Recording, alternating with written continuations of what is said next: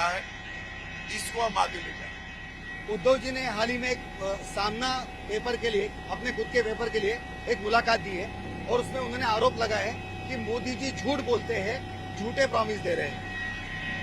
चलिए, इस तरह के आरोप का मैं कोई जवाब देना नहीं चाहता।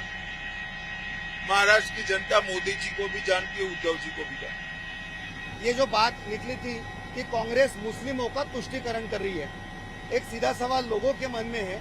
एक सीधा सवाल हम पूछना चाहेंगे, मुस्लिम भाई बहन भी हमारे भारत के रहवासी है। अगर कांग्रेस मुस्लिमों को खुश करना चाहती है तो उसमें बुरा क्या है? उसमें बुराई कुछ नहीं है, केवल मुस्लिमों का नहीं कर सकते। मोदी जी ने हर घर में पानी भेजा, गैस भेजा, बिजली भेजी, घर दिया, 5 लाख तक का बीमा दिया, अनाज दे रहे हैं, तो सभी को दे रहे हैं। मुसलमानों को ही मिल रहा है, मगर ये वोट बैंक क्रिएट करने के लिए एपीसमेंट की बात कर रहे हैं और इससे और किसी को अन्याय कर उनको देने की बात है, इसका विरोध। आप बहुत साल आपके शिवसेना के साथ रहे, उद्धव जी के साथ रहे, लेकिन अभी उद्धव जी की शिवसेना, जो बाला साहब के बेटे हैं उद्धव जी, बाला साहब ने जो शिवसेना का निर्माण किया और उद्धव जी की अभी जो सेना है उसे नकली बताया जा रहा है। देखिए, पार्टियां सिद्धांत से पहचानी जाती।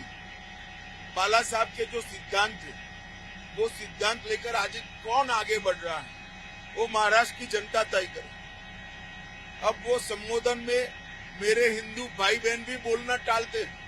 क्यों टालते हैं? किसका डर लग रहा है? जमलेल्या माझ्या तमाम हिंदू बांधवांनो आणि भगिनींनो, इससे उनकी शुरुआत होती थी, वो अब बंद हो गई है। क्यों बंद हुई? जिनके साथ वो है। महाराष्ट्र की जनता जानती है क्या हो रहा है। संभाजी नगर का नाम हम संभाजी नगर करते हैं, इसका कांग्रेस पार्टी विरोध करते हैं। वो कांग्रेस पार्टी की गोदी में बैठे। संभाजी नगर का नाम स्वर्गीय बाला साहब ठाकरे ने रखा था। हिंदू हृदय सम्राट बाला साहब ठाकरे ने कहा था कि औरंगाबाद नहीं, संभाजी नगर। जब सरकार ने इनके स्वप्न को पूरा किया तो आप इसका विरोध कर रहे हो। सब जानते हैं कि कौन सी असली स्थिति है। हमने देखा है कि सभी न्यूज़पेपर में बड़े इश्तेहार आए थे। आप किसे जिता के देना चाहते हो? किसके जीत से पाकिस्तान में जल्लोश होगा, किसके जीत से भारत में खुशी मनाई जाएगी? ये नैरेटिव कहाँ से आया? देखिए, नैरेटिव स्वाभाविक है। राहुल गांधी जी सर्जिकल स्ट्राइक का विरोध करते हैं। कांग्रेस के नेता कहते हैं कि पाकिस्तान के पास एटम बॉम्ब है, तो पाक ऑक्यूपाई कश्मीर हमारा है, वो न बोलिए। राहुल गांधी जब नक्सलाइट मारे जाते हैं तो वो कहते हैं फेक एनकाउंटर है। पाकिस्तान को प्रसन्न कर आज पाकिस्तान राहुल गांधी की बुरी प्रशंसा कर रहा है। तो आप मुझे बताइए, अगर ऐसा होने वाला नहीं है मगर होता है, तो पाकिस्तान में खुशी की लहर दौड़ेगी या नहीं दौड़ेगी?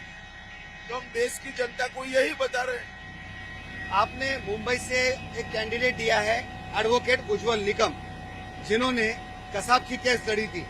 अब ये सारे मामले में एक सवाल उठाया जा रहा है कि जो हेमंत करकरे महाराष्ट्र के सुपुत्र हैं, जो शहीद हुए हैं, उनको कसाब ने नहीं मारा, कसाब की गोली से वो नहीं मरे, बल्कि उन्होंने हिंदू दहशतवाद की बात कही थी, इसलिए आरएसएस समर्थक किसी दूसरे ने उनको मारा है। इस तरह के आरोप किए जा रहे हैं। वो क्या चाहते हैं? कसाब को छोड़ देना चाहिए था। उज्जवल निगम ने ही पैरवी करते कसाब को फांसी कराया। उद्धव ठाकरे जी क्या चाहते? कसाब को छोड़ देना। और सालों तक आपकी सरकार रही, काहे को जांच नहीं करी? उसके बाद में इनकी युति की सरकार चली है, क्यों जांच नहीं करी? सरकार तो आपकी थी। हाल ही में शरद पवार जी ने कहा कि रीजनल पार्टीज